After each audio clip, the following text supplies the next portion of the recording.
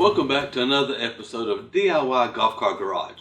Today we're going to continue working on our 2010 Club Car President.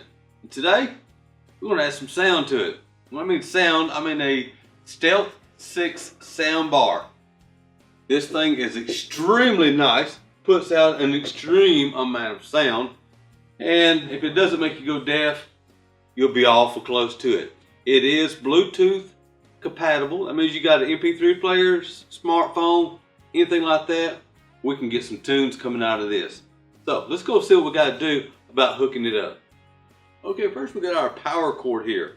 Yes, this large cable is our power cord.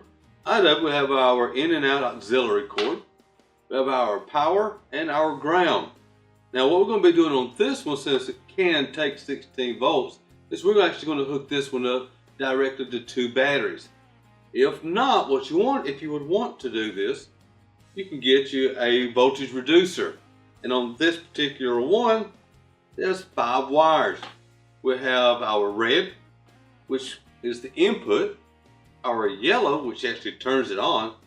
The yellow we can actually run to the key switch, but we'd always tell everybody, just go ahead and run the yellow and red together.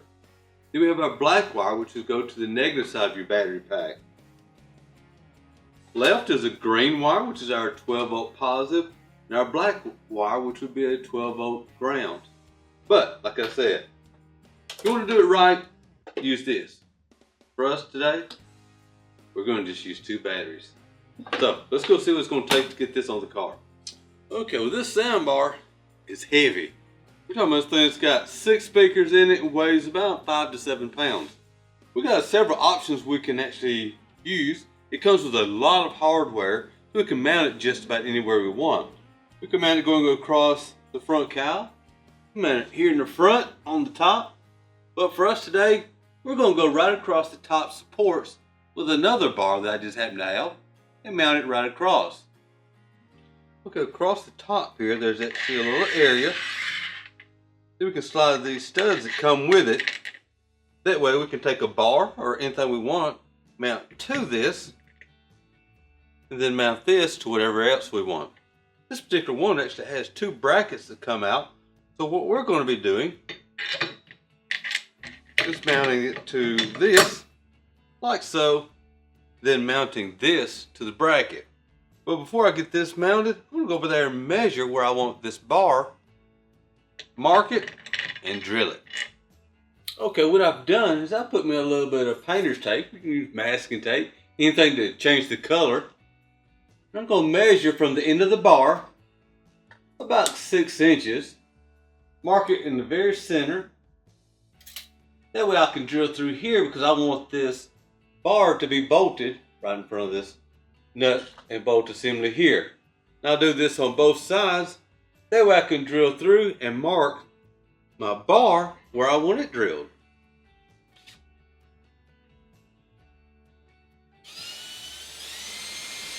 Now that we've got the holes drilled, let's go ahead and mount the main bar.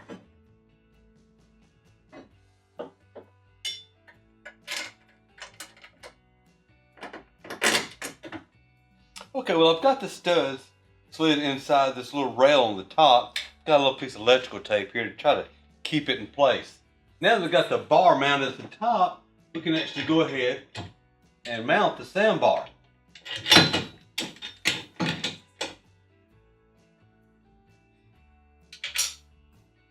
Then we'll get it centered up before I actually tighten it down. Okay, now that we've got this sound bar securely mounted to this bar here, time for the power cord. Now this power cord has got some little indentions on it, just so that you can put it up here and slide it directly on to get it mount securely to this bracket. Next is trying to get this wire underneath the car and to the batteries. Okay, what we're going to do is we're going to actually strip this cable, the outer sleeve, back to maybe about 1 foot, just enough to get inside a hole that we're going to enlarge on the inside of this upright. That way it'll give it a nice clean look. That way also we can run the wires down this upright one at a time individually.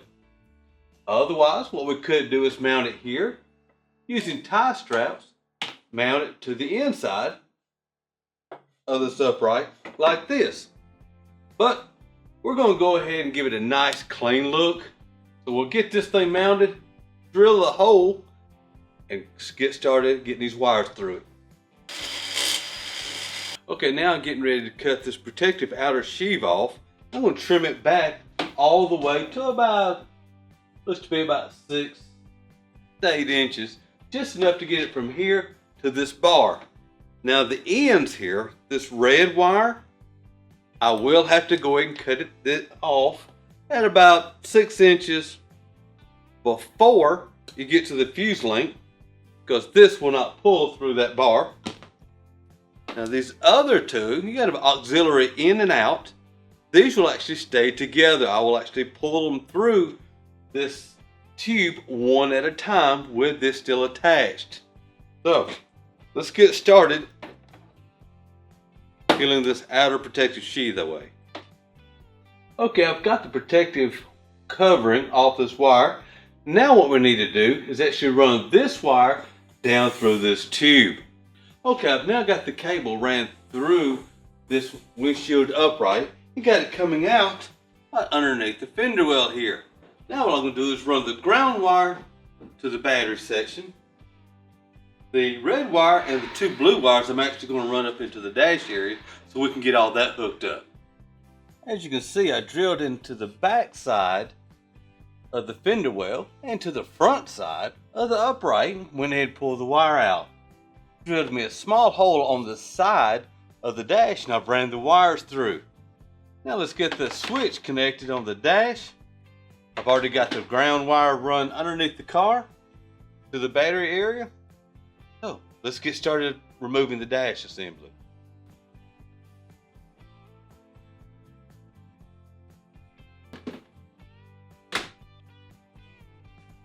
Okay, I've got my power wire ran underneath this cup holder. Just loosened the bolt, ran the wire underneath and tightened it down good and snug, but not so snug it's actually going to cut my wire. Now I'm going to measure the amount of wire I'm going to need to put a switch in. Go ahead and cut it. Put my ends on it to hook up my switch off and on for that sound system. Then I'm going to run my wire back around underneath the car and to the battery. Okay, I've got my ground wire wired all the way underneath the golf cart. I came up from the back side of the bucket through a hole that was already there. Cut the wire so I can go straight to the negative post on the second battery.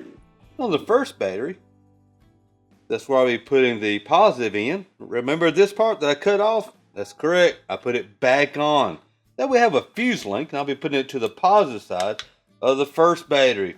But first, let's go ahead and get our switch mounted to our dashboard.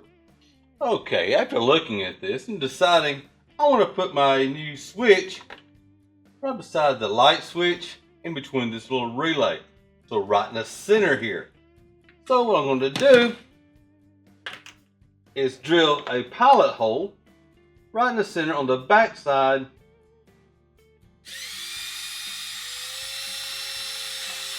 There we go. Now I'll drill the final hole, the 7/16 for my switch.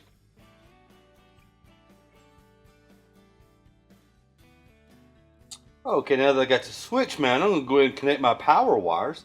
First thing you always want to do, remove jewelry, safety glasses, and make sure that your car is in the tow position if equipped with one.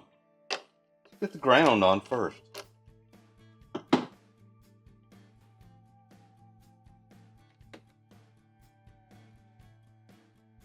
Okay, we've got everything hooked up.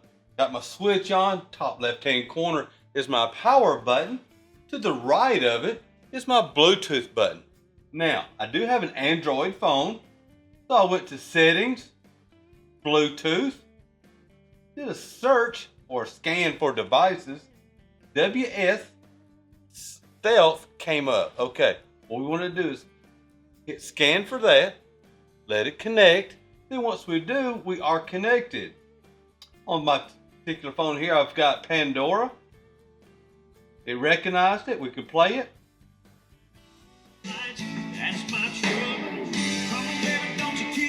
Now, I can control sound either by the buttons, the plus and the minus on the sound bar itself, or on the bottom on my phone.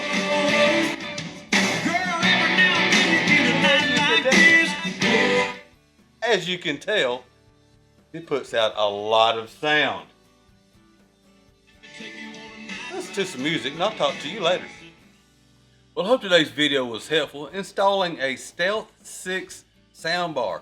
Try saying that 4 times in a row. Remember, all parts and accessories we install are available for purchase on our website, DIYGolfCart.com. Look us up on Facebook and like us. If you have any questions or comments, please leave them down below. Don't forget to subscribe, and once again, thank you for visiting us here at DIY Golf Cart Garage.